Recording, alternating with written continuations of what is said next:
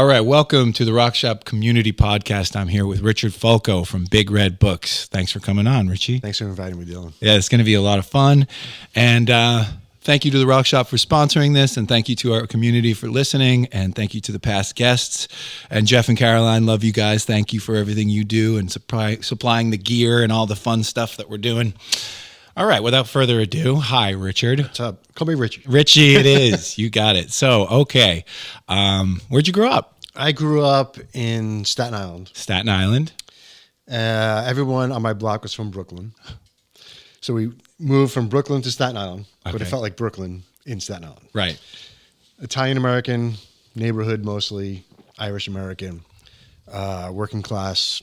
My dad went to college, but I don't know if any other parent on the block was a college graduate. Right on. It's a lot of firefighters, bus drivers, police officers, construction folks.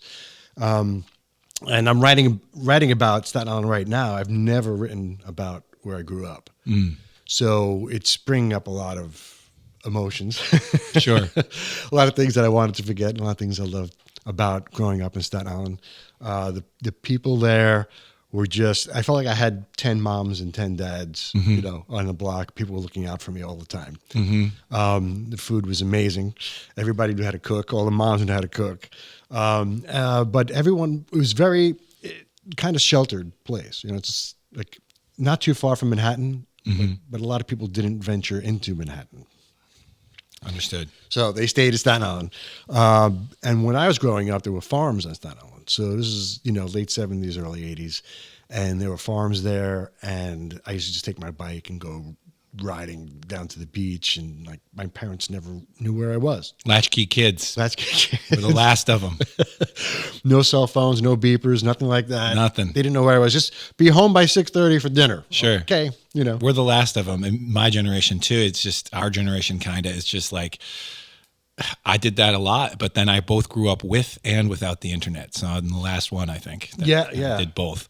That's great. So Staten Island, latchkey kid, riding your bike around. You got brothers and sisters. I have a brother. He's a younger brother. But everyone on my block, we felt like we were brothers and sisters and cousins.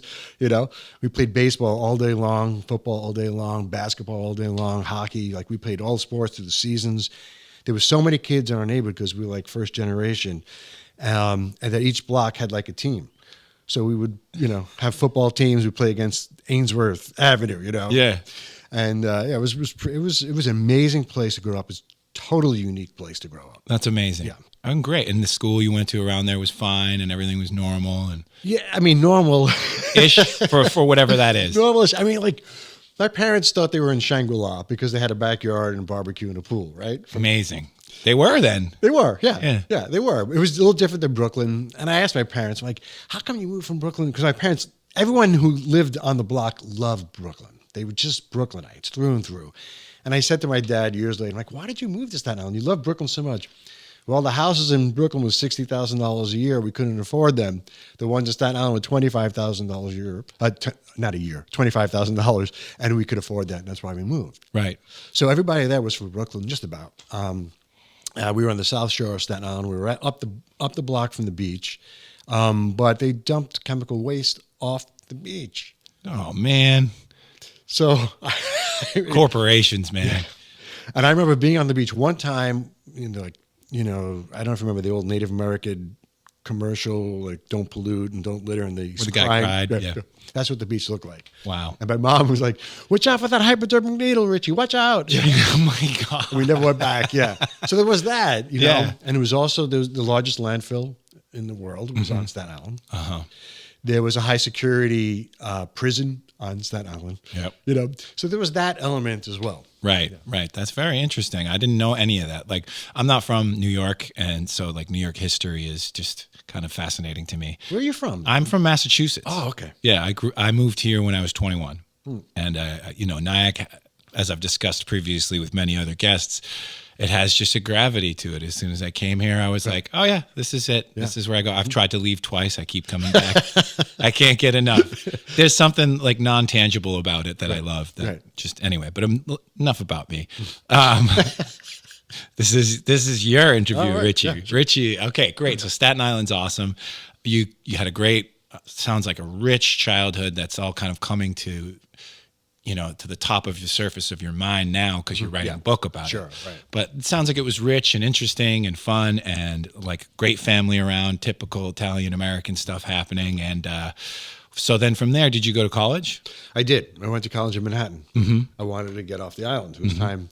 A lot of kids who went to college, and my generation, not Generation X, not everyone went to college. Some people went to trade schools. Some people, became auto mechanics and things like that. Great. But if they did go to college, a lot of Staten Islanders would go to Wagner, College of Staten Island, or St. John's. And I wanted to be in Manhattan. So I went to Pace. I was just, and I was a terrible student. That's when I started really getting involved in music. And I just didn't have time for school. Right. I liked parts of school, but the band was much more important. Sure. And school's not for everybody. And, you can't teach a koala to swim in the ocean and you can't teach a fish to climb a tree. Right. It's just not for everybody. And what I learned in college was that I didn't want to go to college. There you go. And I wanted to play music just like you. Right. Cool. So you have band experience, as do I. That's something common. And what was your band called? Catch 22. That's a great band name. Yeah. And why did you name it that? I don't think anybody in the band had read the book, honestly. And I asked my old guitar player a couple weeks ago, I'm like, how did we come up with that name? Yeah. And he said Larry came up with it. He just thought it was a really cool sounding thing and what it meant. And he was our keyboard player for a very short time, and then he left us. So we kept the name. We were always Catch 22. We became Lingo for a very short period, and then we went back to Catch 22. But that was the name of the band. We were mostly a cover band, but we were always writing our stuff. Like, we were always writing music. And our MO was to play cover bands and then throw in original tunes, and build up that way. And we got to a point where we had a following and we were building up, and we were recording our first demo or EP at the time, and then we broke up. Oh, bummer. Yeah. Typical story. Yeah. I hate it. Yeah, that's, we should just touch upon that. That's a great way to do it. One guy told me when he was trying to make his original band work, what he would do is he would book as many cover band gigs as he possibly could to keep the band working. Right. Because how do you keep a band together? James Brown said, you pay them. So if the band's making money and actually doing it, they'll keep coming to the gigs. Yeah. That's a huge part of how I keep the band together. I pay them and I share the money. Yeah, it's good. If there's more money, I share it. Right.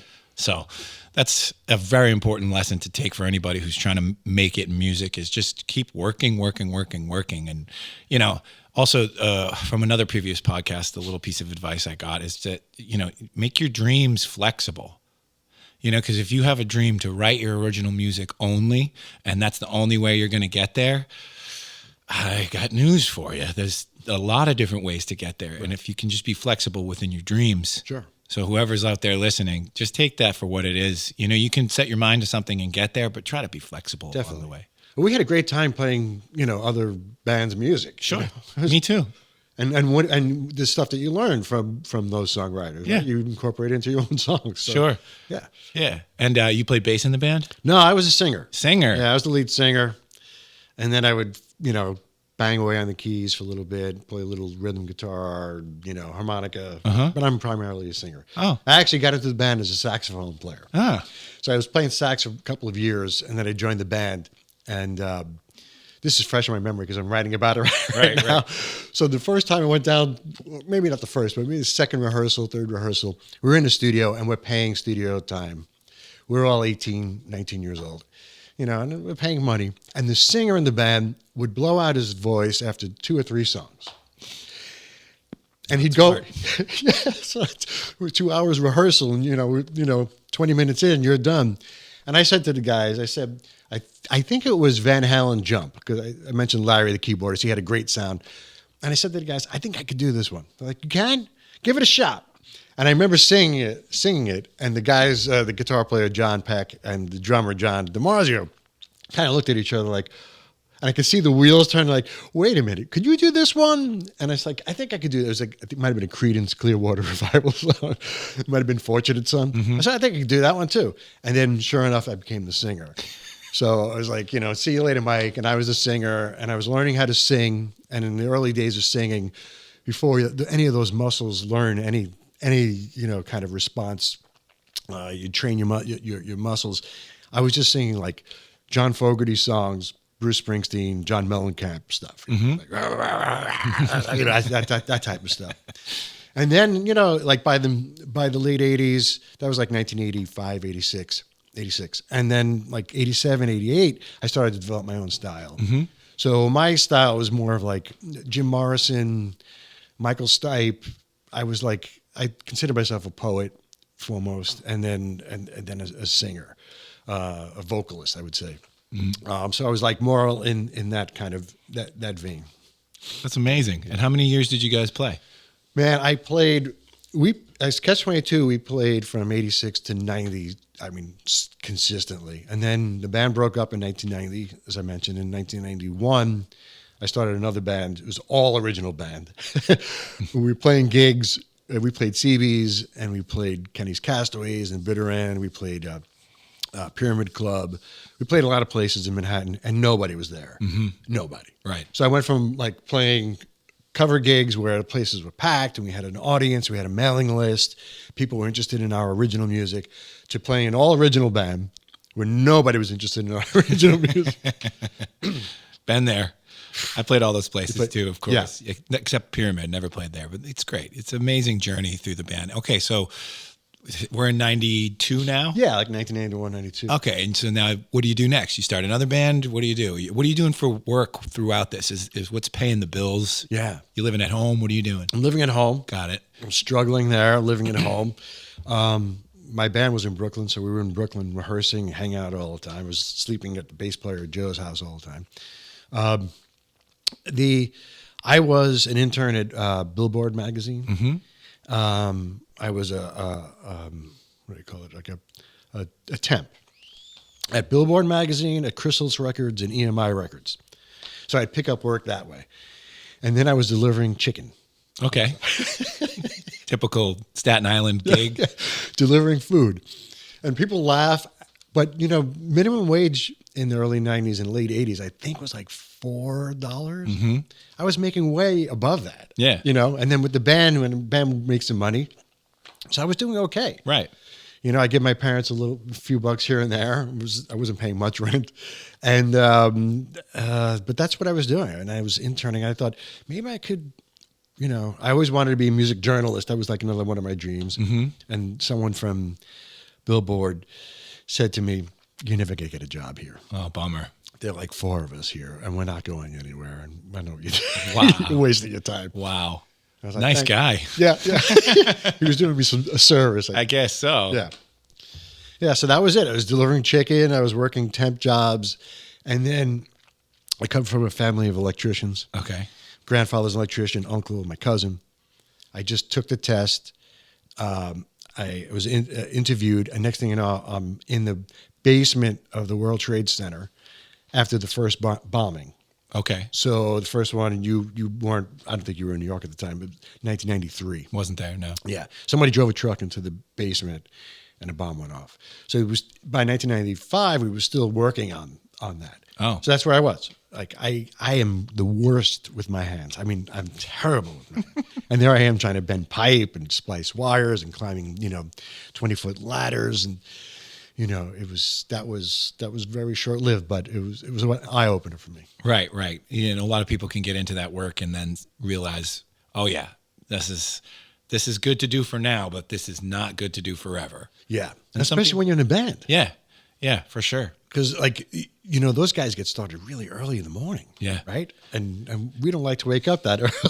No. I remember working with my dad and being like, wait, we're leaving at 5 a.m.? Right. We're leaving. So we're up at 4. Right. Okay. All right. Yeah. I remember the same thing. Yeah. But it's good to do that too. And that's totally a place for that in the world as well. But like some people, like you said, just have 2 left hands or whatever and just can't do it. It's not for them.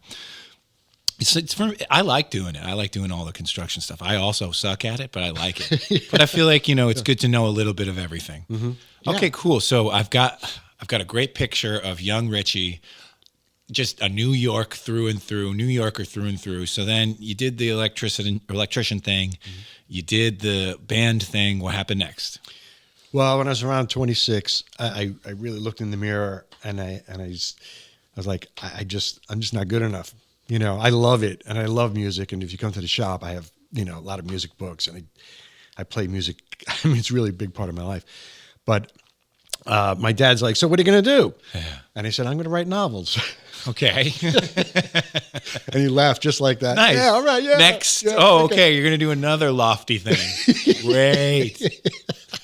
Very practical, Richie. Very practical. I think at the time I was like on the back deck of the house taking the sun when my dad asked that question. Okay.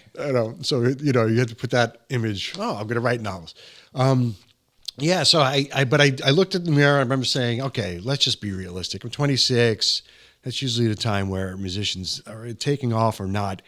And it wasn't taking off, wasn't happening. So I said, I'm going to go to teach. I'm going to write novels and I'm going to teach. I'm going to write. So I'm a high school teacher started in 1997. I was subbing in 1996 and 97. And I taught up until June. And then I retired in June and I opened the shop in September. So. Wow. Yeah. Teaching high school. Teaching high school. And still writing, of course, throughout. Still writing. Still playing music. Still playing music. Yeah, okay. I did have a band going right before COVID, and then COVID just, Yeah, tanked it. Tanked, yeah. Oh, man. My God, that was the worst. I can't believe that happened still. Ugh. I know. Yeah. It's dark. Ugh. So how many years is that? That's like 30 years teaching? It was like 25 on and off. And every now and then I would teach for 5 years, totally burn out. I pick up a gig in the film industry. I worked in the film industry for a little while. Or I'd pick up a gig, doing just like some writing stuff. I was freelancing for a while. Mm-hmm. And then, it's like every 5 years. Teaching, I love it. I do. I miss the kids a great deal. But it is a burnout job. It's just so much. You're on. Mm-hmm. You are on. That's why I said, call me Richie, not Richard, because I was Mr. Fulco for so long, Yeah. And you have to put on that different hat when you go into the school. Yeah. And you have to check part of yourself at the door. Yeah. You can't share everything with kids. No. They don't want a buddy. And when you're 26, you're already an old man to them. Right. Right. So you don't want to use their language. You want to, they're looking for mentors. They're looking for people to look up to, looking for people who see them. Yeah. And as the older I got, I realized that teaching isn't really about sentence structure. Teaching is about recognizing the students for their talents and who they are and seeing them and appreciating them. That's how they respond. And then turning them on to literature. That was my primary goal the last 5-6 years of teaching was like, I just want the kids to like dig books and say, yeah, this is cool. Right. Yeah, for sure. What subject are you teaching? I was teaching English, creative writing. Okay, great. That's amazing. The creative writing stuff is so subjective. I remember being like either getting an A on a paper I spent a half an hour on or getting a C on a paper I spent 6 hours on. I'm like, these teachers have so much power. It's so wrong. Oh. I know. But I loved creative writing and I still do. I don't do much of it, but I have a couple of ideas in there. That's amazing. And so where was the high school? I taught in a lot of different schools. I taught at Brooklyn Tech High School. I was talking to someone about it last night. I have real fondness for that place. But it was just too big for me. Mm-hmm. There were over 4,000 students. And I was there for 6 years or so, and I didn't want to leave. I really loved the student body. And then I taught at Hunter College High School, which is a really high-achieving school in Manhattan. And that place I burned out in 5 years. It's just... Those kids were incredible students. And then I ended up in independent schools in New Jersey. But the last stop I was at was the Hoboken Hudson School in Hoboken. Mm-hmm. And I thought, man, I'm ending my career here. I wish I had started it here.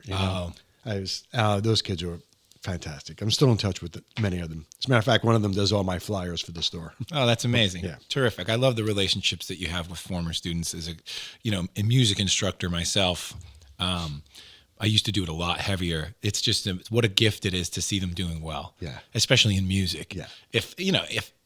If they're doing well in other things, that's beautiful too. But like when they're still gigging with their buddies, right. it's just great. You're like, thank God. I know. Yeah. Okay, cool.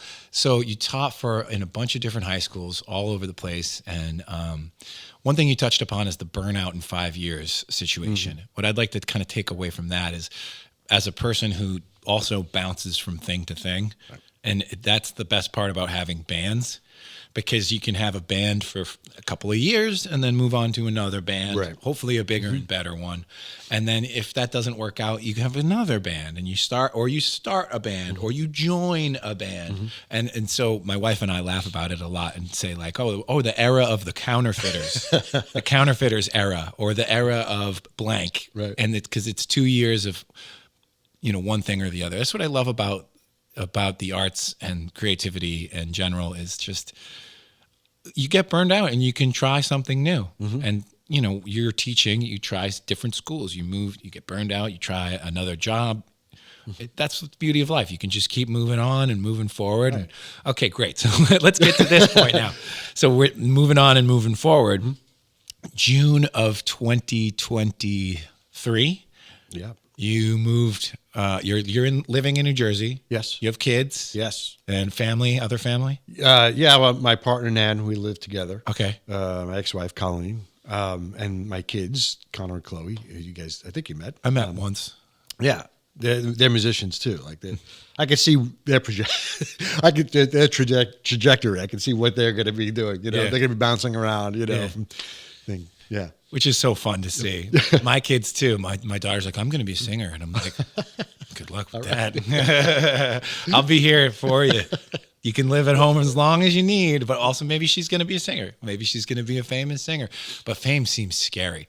The highest level of achievement I've had was when I was in a touring rock band, and it was great. I did it for a few years, and it was really fun because when you were in those circles, you were the guy. Yeah. But then when you were just walking around in normal everyday life, you were just a random guy. No one knew who you were. One fun story I like to tell is we were at some gas station somewhere in the Midwest, and we're just getting snacks or whatever, gassing up.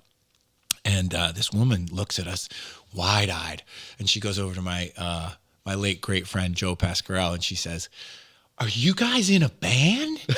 And he's looking at her, and he's obviously handled this before, and he looks at her and he goes, "Yeah, we are." And he's very nice and sensitive, and she says, "What band?" And he looks at her very dearly and says, "One you've never heard of."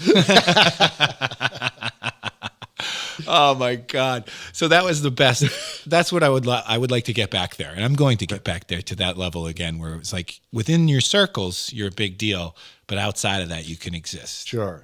I don't want fame seems so scary. Maybe if I ever got it, I wouldn't think it was scary. But anyway, that's enough about me. So, okay, you're in 2023, and what makes you've been writing your entire life too. Yeah. And you're in 2023. What makes you decide, you know what? I'm going to open a bookstore called Big Red Books in Nyack, New York. What happens? Man, it's a lot. I'll give you a short. Well, go ahead. We got all the time in the world, Richie. Come on, man. It's about talking. When I was teaching at Brooklyn Tech in 1997, it might have been around 2000, I was walking through, I don't know if you know where Brooklyn Tech is. It's Fort Greene, Brooklyn. I was walking through Fort Greene, and I said to my friend, "This place needs a bookstore." And I said, "Right here, I found the corner." I didn't have any money. I didn't have any capital. I had nothing, no investors. It's nothing. Just had an idea. On that spot, Greenlight Books is there. And they opened up, I think, in early 2000, 2001. So you knew. I knew it. I think I have an eye for locations, right? So I was like, oh man, and they're highly successful. Then when I moved to Montclair, the kids they were a year and a half. I said to my ex-wife, there was like a little men's haberdashery. And I said, this is perfect. At the time I was blogging about music. I had a music blog called Riffraf. I said, this place right here, this spot is perfect for my coffee shop, my blog. I could put, records in here and books. No, we can't do it. We don't have the money. We can't. And would open up a coffee shop. Then it's not a bookstore. But it's a coffee shop, right? You just knew it. I just knew it. And then I was in Tarrytown about 2019. And I said to Nan, this town needs a bookstore. Next thing you know, a few months later, Transom opened up. I know Chris, and he opened the store there. So I just had a feeling, and then Nyack has always been on my radar because I've been coming up here for years. Like you said, it's always been pulling me in. Yeah. I don't know what it is. Me neither. I've been coming here for like 25 years. I might have eaten in like 2 restaurants, the Art Cafe and what was Harry's Burritos. It wasn't the food. It was just like the geography, I guess, and the river. Sure. So I think it's the people. It's the people too. I think there's an energy here, and we don't have to get too woo woo, but I mean, if you have a sense where you can see a location and say this should be here, and then lo and behold, those things happen. Yeah. I mean, what is that? There's nothing scientific that could possibly measure that other than the word intuition or something like that. Yeah. But there's no way to measure what intuition is. Right. But it's real, and you've seen it with your own eyes, just like the magnetism that is Nyack. You don't know why it's that. It's intangible. I can't explain it, but it's real. It's real. Everyone agrees that it's real that lives here. Yeah. Not everyone, but most. It's a special place. And I was walking down the block January of 2023. And we get to the Rock Shop, which was, 120 Main Street. And there's a for rent sign in the window. And I just looked in. Literally 10 seconds later, I turned to Nan. And I said, I think I got my spot. And now you guys being a music store, I was like, this just feels right. Right. I got on the phone that day. And then, by March, I was signing paperwork. Wow. Incredible. Yeah. And you got to meet Doc. Got to meet Doc. And Michelle. Doc and Michelle were the best. I remember when I was starting the Rock Shop, like you, I had actually checked out a bunch of different locations, and I didn't think, oh, this is perfect for this. Right. But I thought was these people who own this building are the perfect for me. Right. That's what I thought. Because the other places I was looking at, I was like, I'm not getting the right energy from the people that own the building. Yeah. Yeah. And so they're amazing. Shout out to Michelle and Ed. His name's Ed, right? Ed, yeah. Yeah. I call him Ed. You call him Doc. That's what he said. His name was. Anyway, they're the best, and they were the greatest, and they were still the greatest, and they're great Nyack fixtures. And I remember when I was telling her that we weren't going to renew the lease because we were going to move to somewhere else, she goes like this, "Congratulations." So she, just what a beautiful thing, bro. Right. She just saw the as much as it was going to hurt her, she was tried to show that she was happy for me. Right. That's what an incredible person to do that. I know. Amazing. Okay, so you sign in paperwork. It's what is it? May? It's it's actually like March 2023. March 2023, and you're signing the paperwork. You're doing the build out, which probably wasn't much of a build out for you. Knock out that wall. Right. Sorry about that. Damn wall. Yeah, and you got to get the permits just to knock out the wall. Right, just to knock out the wall. Yeah. Yeah, Chris Pascarell actually texted me this morning. Shout out to Chris for building the wall. We were going to do it, and then the building inspector came in and said, "What are you doing?" We were like, "Nothing." He just walked in one day while we were like ripping it down because there was a wall there before. Oh, so there was a different wall. They had like a little kitchen at the ice cream place. Okay. And we were ripping that wall down, and it was covered in this like glass, the stuff that's in the bathroom. Right. So it's like kind of sheetrock with glass on top. And we didn't know what we were doing. We didn't realize that. And there's glass shards going. Me, my dad, and my brother are just like ripping this stuff down. And the building inspector was like, no, you can't. You got to get the permits for this. And we're like, oh, yeah, we're totally going to do that. And then, of course, we did. Right. And the village of Nyack, actually, that time around, let me be the architect. I drew the plans for the new wall. I saw the plans. And then you did. I've seen the plans. Yes. And so I don't know how. I was just like, I submitted it, I think 3 times. They finally accepted it on the 3rd time because the village inspector came in and he said, okay, this is what no, yes, do this, and this. And like had mercy on me, I guess, and then finally approved my plans. Not on this one, though. They wouldn't do it on this one, even though I did the exact same thing as I did for the last one and submitted the exact same way. I still had to get an architect. Anyway, enough about me. Again, that's beautiful. So then June 2023, you open wide-eyed. And what's separating you from any other bookstore? Well, we opened September. September. So, yeah. So, but June, I think my last day of teaching was June 16th, and then June 17th, I just was at the shop trying to get it ready. So what separates me, I want to go back to like an earlier point. Sure. From other bookstores is, I think it's about people, you know, and when I met Michelle and Doc, you know, / Ed, when I met them at Weld, at the real estate, you know, I just the vibe that I picked up on from Michelle, you know, Ed was a little tougher to read. They play a little good cop, bad cop. They sure do. Yeah. But I was, you know, I just liked Michelle so much, and Ed was there, and I was like, okay, I want to work with the landlord that understands like my vision, or at least like supports what I'm trying to do. I don't want to be in contention with a landlord. I want to have a fruitful relationship with the landlord.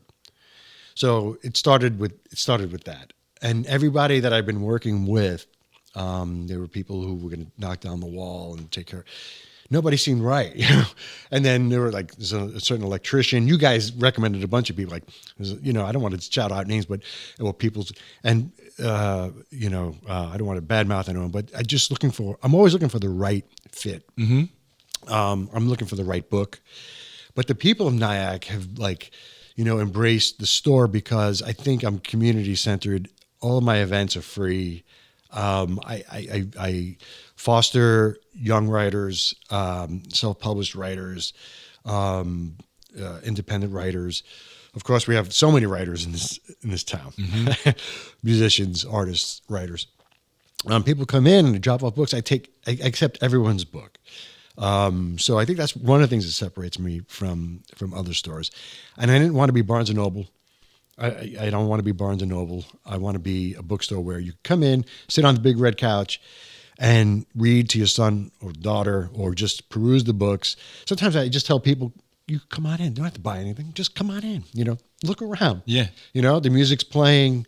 You know, it's warm in here. I don't have coffee, unfortunately, but you know, you come in and the books are here. Just look. And I don't pressure anyone to buy anything ever.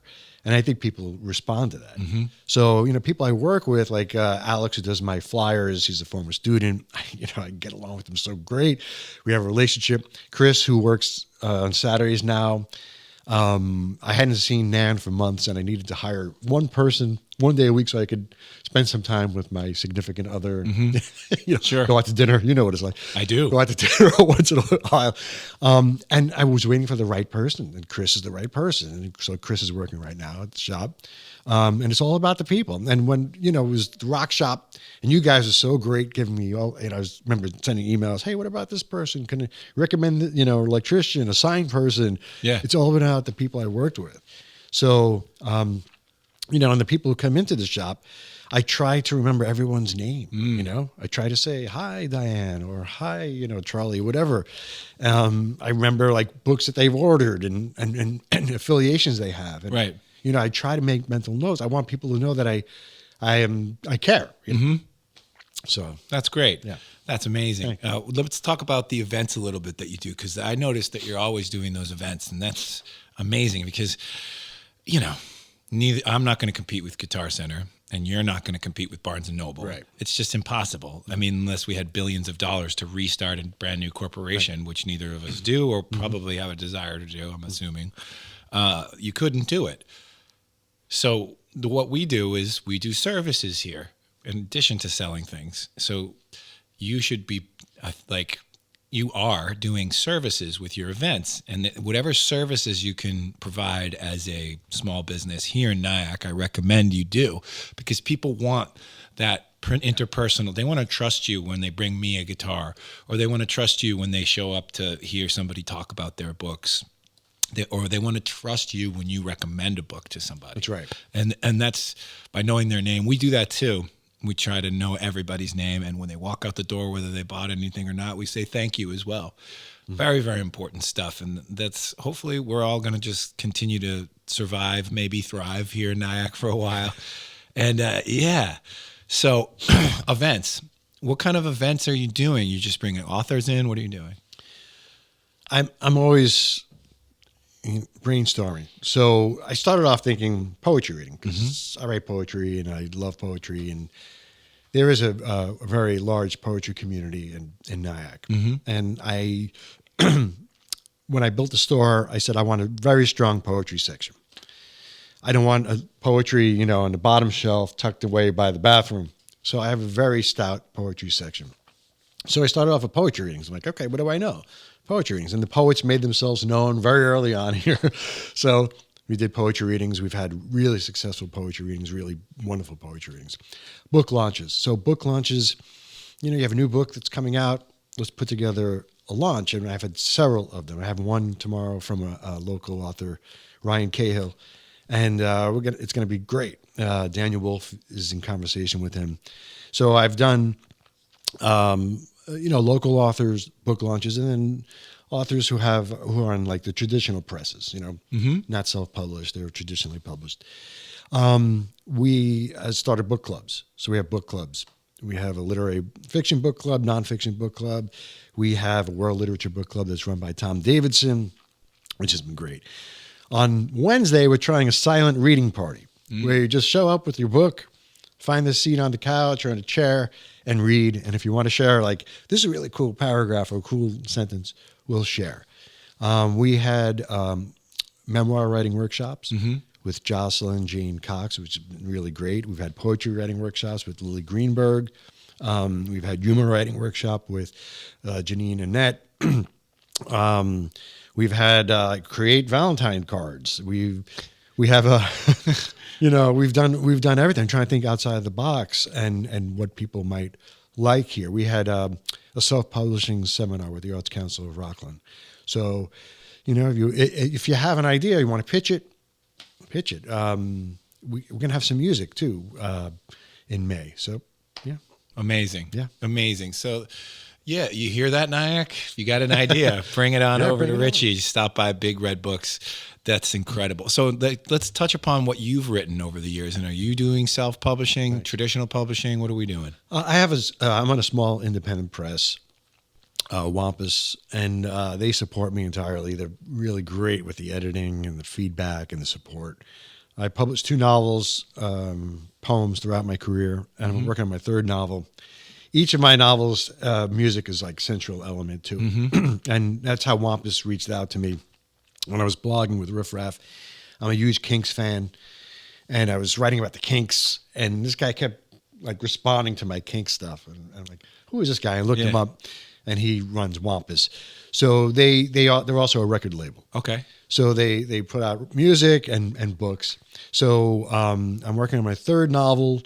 I've written plays. I have an MFA in playwriting. That's really how I get started. I was writing poetry and I started writing plays.